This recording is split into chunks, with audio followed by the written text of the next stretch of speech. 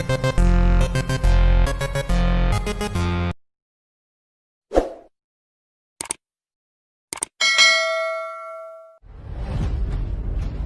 नमस्कार। ये हाथ एक बॉलीवुड के मशहूर ड्रमर का है और इनका मुख्य प्रश्न है कि ये म्यूजिक डायरेक्टर बनना चाहते हैं। एक फिल्म में इन्होंने संगीत भी दिया था, लेकिन फिल्म फ्लॉप होने के कारण इनको कोई पब्लिसिटी नहीं मिली। साथ ही ये जानना चाहते हैं कि धन की क्या स्थिति रहेगी और वैवाहिक जीवन में जो तनाव है उससे मुक्ति कब मिलेगी। मैंने इनका रिकॉर्डिंग, इनकी कुंडली का विश्लेषण इससे पहले वाले वीडियो में दिया था। आइए विचार करने से पहले हाथ का आकलन कर लेते हैं और रेखाओं और पर्वतों आदि की स्थिति जान लेते हैं। एक झलक में दिखता है कि हथेली मजबूत है और उंगलियां आर्टिस्टिक है, लेकिन उंगलियों का आकार ठीक नहीं है। इसके बीच में गैप्स हैं जो इनके खर्च करने की आदत को दिखाते हैं। पैसा रोक कर रखना इनके लिए बहुत मुश्किल है। ज्यादातर पैसा स्टेटस मेंटेनेंस में निकल जाता है। अगर उंगलियों के तीनों पोरों की बात करें तो आप जानते हैं कि पहला पोर अंतर्ज्ञान आदर्शवाद का होता है, दूसरा प्रेम भावना तार्किक शक्ति व मेंटल एबिलिटी का होता है और तीसरा पोर व भौतिक इच्छाओं का होता है। हथेली की अपेक्षा उंगलियों का लंबा होना अति शुभ माना जाता है। इनके हाथ में आप देखिए, तर्जनी का पहला पोर लंबा है, अच्छा है, ज्ञान की दृष्टि से अच्छा है। वैसे भी ये जातक ड्रम बजाने में माहिर है और लगभग सभी संगीतकार के साथ काम कर चुका है। दूसरा पोर ठीक है, लेकिन तीसरा पोर देखिए बहुत बड़ा है, यानी लगभग सभी उंगलियों का तीसरा पोर जो है बहुत अच्छे साइज का है। तो इसका मतलब ये हुआ कि ये व्यक्ति भौतिक सुखों को ज्यादा महत्व देता है। आप देख रहे हैं कि सभी उंगलियां मध्यमा यानी मिडिल फिंगर की ओर झुकती हैं। इसका मतलब हुआ कि जातक अपने प्रोफेशन में बहुत ज्यादा सीरियस है और एक उद्देश्यपूर्ण जीवन जीता है, तभी वह एक नामी हस्ती है और देश विदेश हर जगह एज अ ड्रमर विख्यात है। आप देखिए कि तर्जनी यानी इंडेक्स फिंगर और अनामिका यानी रिंग फिंगर लगभग एक समान है। इस स्थिति के लिए शास्त्र कहता है कि जातक में धन और यश की चाहत बहुत अधिक होती है। रिंग फिंगर लिटिल फिंगर से बहुत बड़ी है। यह भी एक कारण है कि जातक का संगीत में रुचि है। बुध की उंगली बहुत छोटी है, इसके कारण जातक व्यापारिक गुणों से क्षीण है, यानी जातक में व्यापारिक गुण नहीं है। मरकरी माउंट भी सूर्य पर्वत की ओर सरक गया है, जिससे बुध के गुणों की हानि होती है।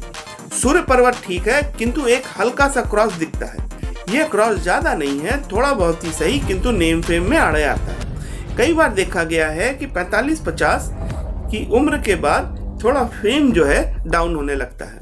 शनि पर्वत दबा है, किंतु जुपिटर पर्वत अच्छा है। गौर करने वाली बात है कि इनके हाथ में शुक्र मुद्रिका है। इनका शुक्र पर्वत अच्छा है और शुक्र मुद्रिका बहुत अच्छे फल देती है। यह भी एक इम्पॉर्टेंट बात है कि जातक एज अ ड्रमर बहुत सक्सेसफुल है। शुक्र मुद्रिका तब खराब फल देती है जब जातक जीवन में संघर्ष करता है। फलों की प्राप्ति न होने के कारण ऐसा जातक डिप्रेशन का शिकार हो जाता है। आप चंद्र पर्वत देखिए, चंद्र पर्वत का नीचे का भाग में एक ब्लैक स्पॉट है जो डिप्रेशन वाली बात को सपोर्ट करता है। हृदय रेखा से नीचे जाती हुई रेखाएं भी कुछ ऐसा संकेत देती है।